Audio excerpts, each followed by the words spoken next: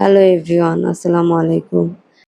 তো আজকে কোনো ড্রেস বা কোনো ধরনের রেস্টুরেন্ট রিভিউ না। আজকের রিভিউটা হচ্ছে আমাদের ময়মনসিংহের খুবই জনপ্রিয় একটি খাবার নিয়ে বা শাক নিয়ে, সেটা হচ্ছে নাইন্না শাক, যেটাকে বলে পাট শাক, আর হচ্ছে সাজনা পাতা ভাজা। তো এই প্রসেসিংটা কিভাবে হয় সবকিছু আমরা আজকের ভিডিওতে জানবো। তো চলুন শুরু করা যাক। ফ্ল্যাশব্যাক। তো প্রথমেই হচ্ছে আমরা গাছ থেকে অনেকগুলা সজনা পাতা ডাল নিয়ে এসেছি। এগুলো হচ্ছে সবগুলা ডাল থেকে ছাড়াইতে হবে। তো কিভাবে ছাড়াই সেটাও আমি দেখিয়ে দিচ্ছি। উল্টো দিক থেকে হচ্ছে প্রত্যেকগুলা পাতা আলাদা আলাদা করে ডাল থেকে আলাদা আলাদা করে নিতে হবে, এবং এখানে যে পাকা পাতাগুলা থাকে সেগুলো আলাদা করে ফেলতে হবে। কোনো ময়লা থাকলে সেগুলো সুন্দর করে বেছে আলাদা করে ফেলতে হবে। তো এখানে হচ্ছে সবগুলো বাছা শেষ। তো লাস্টে হচ্ছে এগুলো নিয়ে যাচ্ছি এখন। এগুলো কাটতে হবে কিছু কুচি কুচি করে, সুন্দর করে কেটে। যেহেতু এগুলো আমি ঢাকায় আনবো এর জন্য অনেক বেশি পরিমাণে নিয়েছিলাম, যেন শুকিয়ে ঢাকায় নিয়ে আসতে পারি। তো অনেকগুলা ছিল, এর জন্য কাটতে সময় লেগেছে মোটামুটি। আপনারা চাইলে নাও কাটতে পারেন, যেহেতু এই পাতাগুলো একটু সাইজে ছোট হয়, না কাটলেও হয়। বাট পাট শাক যেটা, সেটা একটু মাঝখান দিয়ে কেটে নিলে হয়।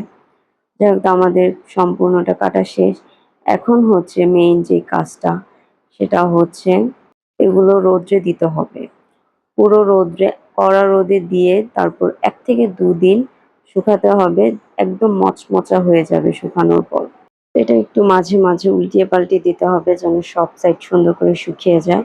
তো আমাদের পাতাগুলো একদম প্রায় শুকিয়ে গিয়েছিল। তো এখন দেখবে এটা রান্না প্রসেসিং। এর জন্য লাগবে হচ্ছে বেশি করে রসুন একদম কুচি করে কেটে নিব, আর হচ্ছে পেঁয়াজ, আর বেশি লাগবে হচ্ছে শুকনো মরিচ।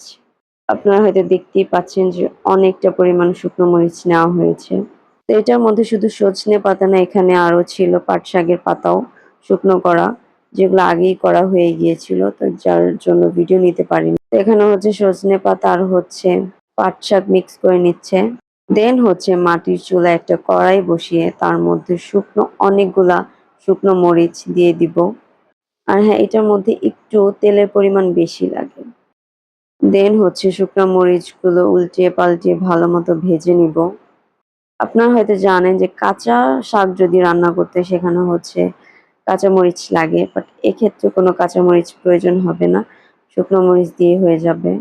তো ফার্স্টে হচ্ছে শুকনো মরিচগুলো টেলে ওই তেলের মধ্যে রসুন আর হচ্ছে পেঁয়াজ কুচি দিয়ে দিতে হবে, এবং সুন্দর করে লাল লাল করে ভেজে নিতে হবে একদম বেরেস্তার মতো।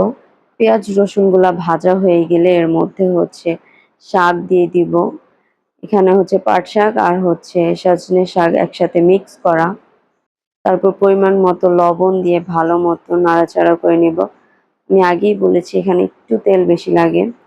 আর পাতা চুলার উপর দেওয়ার পর বেশিক্ষণ রাখা যাবে না, কারণ পুড়ে যাবে।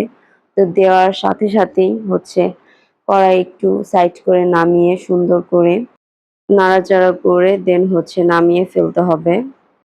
ব্যাস এইটুকুই কাজ, হয়ে গেছে আমাদের নাইন্না শাক, ময়মনসিংহের খুবই জনপ্রিয় একটি খাবার।